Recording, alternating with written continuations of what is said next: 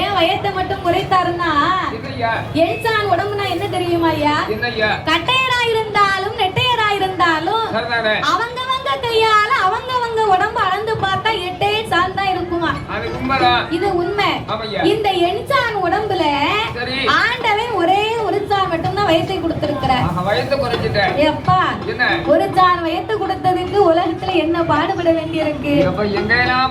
ஊரு விட்டு ஊரு, மாவட்டம் விட்டு மாவட்டம், நாடு விட்டு நாடு, நகரம் விட்டு நகரம், இந்த மெட்ராஸ் வரைக்கும் வர வேண்டி இருக்கு. எதுக்கு? எல்லாம் ஒருவன் சாப்பாட்டுக்கு இந்த பாடு. அப்போ ஒரு சான் வயத்தை கொடுத்ததுக்கே நம்ம உலகத்துல இந்த பாடுபட்டோம்னா உடம்பெல்லாம் நமக்கு வயத்தை கொடுத்தா நமக்கு என்ன பாடு? உலகத்தில் விளையக்கூடிய பொருட்கள் காணாது. அதுக்குத்தான் சிவபெருமான் மனிதர்களை இப்படித்தான் படைக்க வேண்டும் என்று நம்மளை சரியாகத்தான் படைத்திருக்கிறார். நம்ம கண்ணாடிய பார்த்து ஆண்டவன் நம்ம மூக்க நல்லா வச்சிருக்கலாமோ, நம்ம வாயை நல்லா கொடுத்திருக்கலாமோ, அந்த கண்ணை கொஞ்சம் நல்லா படைச்சிருக்கலாமோ. சில தாய்மார்கள் நினைப்பாங்க கவலை இல்ல, கொஞ்சம் செலவாகும், ஆஸ்பத்திரிக்கு வந்தீங்கன்னா உனக்கு நல்லா இழுத்து கட்டிடலாம். பிறகு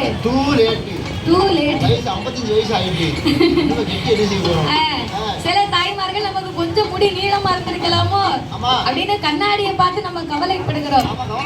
ஆனால் இந்த உலகத்திலே நிறைவாக இருப்பவர்கள் எல்லாரும் குறைவுள்ள மனிதர்களை பார்த்தா நமக்கு இருக்கும் குறைவு தெரியாது. கண் இல்லாம இருக்கிறவங்க இருக்கிறாங்க, கால் இல்லாம இருக்கிறவங்க இருக்கிறாங்க. ஆனா ஆண்டவன் நமக்கு எல்லாத்தையும் திடமா கொடுத்திருக்காரு, உழைச்சு சாப்பிட தொண்டையும் கொடுத்திருக்கிறார்.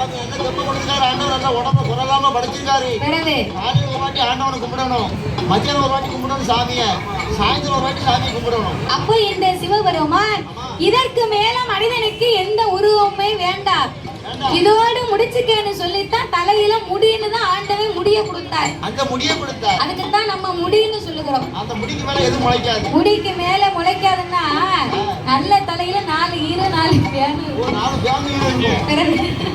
இந்த தலை இந்த பின்னால இருக்காரு பாருங்க காலக்காரு, அந்த காலக்கார தலையில ஒரு 4 பேன் இருக்கு. அந்த 4 பேனு என்கிட்ட வந்து கம்ப்ளைண்ட் பண்ணுது. தாத்தா இந்த மொட்டை தலைவைய மண்டையில நாங்க 4 பேர் இருக்கோம், 4 பேரு ஒன்னா நின்று ஒரு ஒளிவு முறைவா குளிக்க முடியல, ஒன்னா உட்கார்ந்து சாப்பிட முடியல அப்படின்னு என்கிட்ட வந்து அந்த பேனு கம்ப்ளைண்ட் பண்ணுது. மானங்கட்ட மண்டையை விட்டு இறங்கி ஓடி வேண்டியதானே அந்த பேனு. மானங்கட்ட பேனு மண்டையை விட்டு இறங்கி போயிடலாம், அதுக்கு இறங்க முடியல.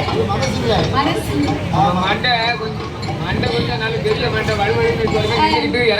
அப்ப இவ்விதமாகவே ஆண்டவன் நாமளை எல்லாம் உலகத்திலே படைத்து இறைவனாகிய பகவான் மரம் செடி கொடி பயிர் புல் பூண்டு இலை தாவரங்களோடு ஆடு மாடு கண்டுகாடைகள் அதனையும் படைத்து இந்த உலகத்திலே அதோடு போராது என்று சொல்லி இரவு என்றும் பகல் என்றும் 2 நாளிகை உண்டு பண்ணினார்.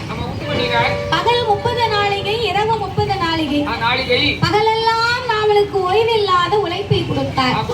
30 நாளிகை என்பது 12 மணி நேரம். 60 நாளிகை என்பதுவே 24 மணி நேரம், ஒரு நாள் ஒரு பொழுது. அப்ப இரவெல்லாம் ஓய்வெடுக்கக்கூடிய நித்திரை உறக்கத்தை படைத்து ஆண்டவே ராத்திரி தூங்கணும்னு நமக்கு உறக்கத்தை கொடுத்திருக்கிறார். ஆனா இந்த மெட்ராஸ்ல பார்த்தா மக்கள் ராத்திரியும் போய்கிட்டு இருக்காங்க, நைட்டும் போய்கிட்டு இருக்காங்க, பகல்லையும் போய்கிட்டு இருக்காங்க. எதுக்கு? ராத்திரி கொஞ்ச நேரம் வேலை பார்த்தா கூட 10 ரூபா கொடுத்துருவாங்களா? இந்த மாசத்துல நம்ம வீட்டுக்கு கூட 10 ரூபா அனுப்பி வச்சிடலாமா? கடத்தை அடைச்சிடலாமா? ஒரு வீட்டை கட்டிடலாமா? ஒரு பைக்கை வாங்கிடலாமா? அப்படின்னு நம்ம எல்லாம் ஓடிக்கொண்டே இருக்கிறோம் இந்த உலகத்தில். அப்ப இப்படியாகவே படைத்த இறைவன் உலகத்தை படைத்தால் மட்டும் போராது, பட்டினி இல்லாமல் படியிறக்க வேணும் என்று என் ஆண்டவன் எப்படி படியிறந்து வருகின்றார் தெரியுமா? நாளை நல்ல தினை எடுத்து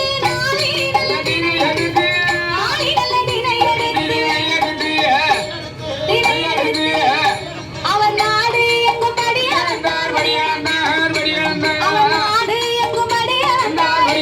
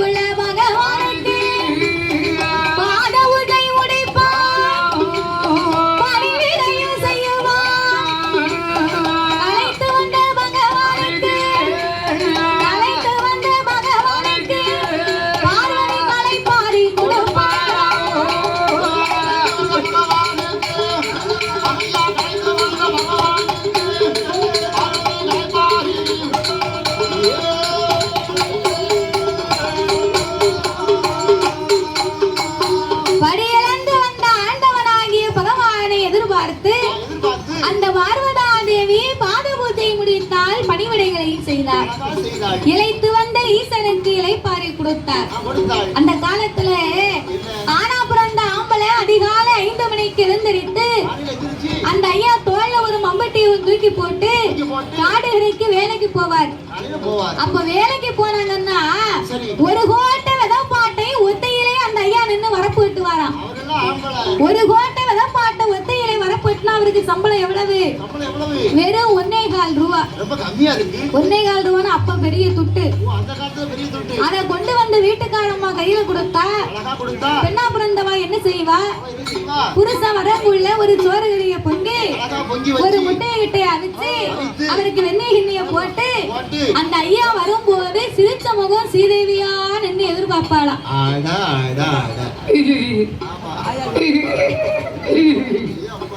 இது எதுக்கு இந்த சிரிப்பு? இப்படி எல்லாம் சிரிச்சா அவர் வீட்டுக்கே வரமாட்டாரு. இவருக்கு பேய் பிடிச்சிருக்கு போலுக்கு.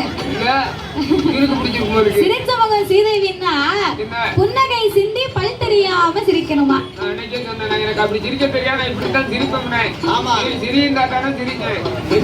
பல சிரிப்பு இருக்கு. ஒரு சிரிப்பு சிரிச்சாங்கன்னா சவுடிக்கு செய்திருந்தோம் டெக்ஸ்ட் எடுத்தது நம்ம சவுடி எடுக்க போவோம் அப்படின்னு சொல்லி சிரிக்கான அர்த்தம். இன்னொரு சிரிப்பு சிரிச்சான்னா நம்ம தங்க கடைக்கு நம்ம டெக்னிக்ஸ் எடுக்க போவோம் அப்படின்னு சொல்லிதான அர்த்தம். சரி, இன்னொரு சிரிப்பு சிரிச்சான்னா சினிமாவுக்கு போவோம்னு அர்த்தம். அப்படியா? ஆமா, இன்னொரு சிரிப்பு முக்கியமான சிரிப்பு இருக்கு. என்ன சிரிப்பு? ஒரு சிரிப்பு சிரிச்சான்னு வைங்க, அது டூர் போகணும்னு அர்த்தம். ஆமா, இப்படி பெண்கள் வந்து பல சிரிப்பு சிரிப்பாங்க. அப்ப சிரிச்ச மகன் சீதேவியா நின்னு, ஏயா நீங்க வேலைக்கு போயிட்டு வர இவ்வளவு நேரம் ஆயிடுதா? நீங்க அழுத்து உட்கார வேண்டாம். கொல்லப்புறத்துல வெண்ணி போட்டு வச்சிருக்கேன், போய் குளிங்க அப்படின்னு அந்த ஐயாவை குளிக்க சொல்லி இந்த அம்மா முதுகு தேய்ச்சி விட்டு பாத பூஜை முடித்து பணிவிடை எல்லாம் செய்வார்களாம். அந்த காலத்துல கட்டிய கணவனே கண்கண்ட தெய்வமா நினைத்திருக்கிறாங்க. அவர் காட்டுக்கு வேலைக்கு போனாருன்னா அவர் போன திசைய பார்த்து இந்த அம்மா கால் நீட்டி உட்கார மாட்டாளாம். ஏன் உட்கார மாட்டான்னா, தெற்க கன்னியாகுமரிக்கு போயிருந்தா தெற்கு பார்த்து கால் நீட்ட மாட்டா, கிழக்க தூத்துக்குடி போயிருந்தா அங்க பார்த்து கால் நீட்ட மாட்டா. வீட்டுல அவளை மிதிச்சது மாதிரி ஆயுமா. ஆமா, அந்த காலம் அவ்வளவு மதிப்பா வச்சிருக்காங்க. வடக்கு பார்த்து நீட்ட மாட்டா, அங்க பார்த்து நீட்ட மாட்டா. கிணத்து வேலைக்கு போனாவா? எந்த திசையை பார்த்து வேலைக்கு போயிருந்தாலும் அந்த பக்கம் கால் நீட்ட மாட்டாங்க. நீ கிணத்து வேலைக்கு போனா ஆட்சிய தலைகீழ நிக்க சொல்லு. அப்போ அந்த காலத்துல அப்படி எல்லாம் பணிவிடை பார்த்தாங்க. ஆனா இப்ப அப்படியா? இப்ப அப்படி கிடையாது. இப்ப வீட்டுக்காரு வரும்போது சோபாவில உட்கார்ந்து அவர் நெஞ்செதிர காலை நீட்டி உட்கார்ந்தா தான் தாய்மார்களுக்கு கால் வளைச்சலே கேட்க பாத்துக்கோ. இல்லன்னா அவ அமுக்கி விட்டா தான் கால் வலி கேட்கும். தம்பி பொண்டாட்டி நாயை கட்ட மாதிரி கேப்பா. ஆமா, நீ வேலைக்கு போற மனுஷன் வரும்போது சாயந்தரம் தான் தண்ணி போட்டு வர அப்படின்னு. ஆனா என் பொண்டாட்டி என்ன நீன்னு சொல்ல மாட்டா. அவன் சில்லற கோவம் தான் மடப்பை அப்படின்பா.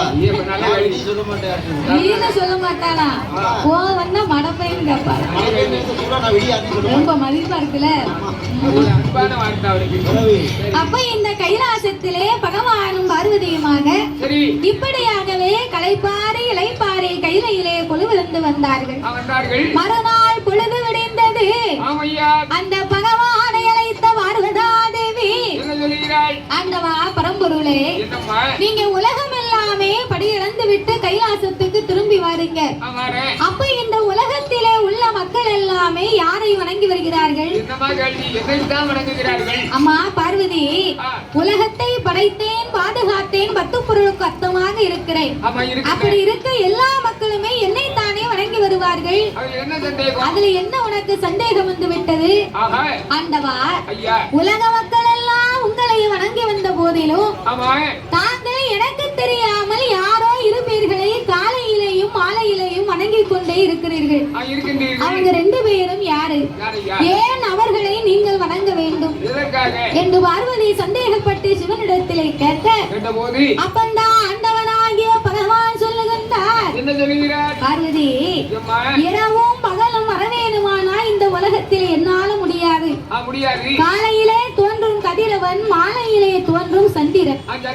சந்திரனும் சூரியனும் இல்லையானா சகல உலகத்துக்கு ஒளி கிடைக்காதம்மா. அதனால் என் வலது கண்ணை சூரியனாகவும் ஆண்டவன் இடது கண்ணை சந்திரனாகவும் நான் வணங்கி வருகிறேன் என்றால் பார்வதிக்கு பகவான் மேல கொஞ்சம் கூட நம்பிக்கையே இல்லை. அது எப்படி ஆண்டவன் 2 கண்களும் சந்திரன் சூரியனாக இருக்க முடியும்? இன்றைக்கு இவரையே பரிசோதித்து பார்க்க வேணும் என்று ஆதிசக்தி பார்வதி ஆதிசக்தி பார்வதி யாருக்கு முன்னால் ஈசனுக்கு தெரியாமல் ஓடி வந்து ஈகாரத்தை எடுப்பானா ஈகாரத்தை எடுப்பானா அம்மா ஈசன் ஈகாரத்தை எடுப்பானா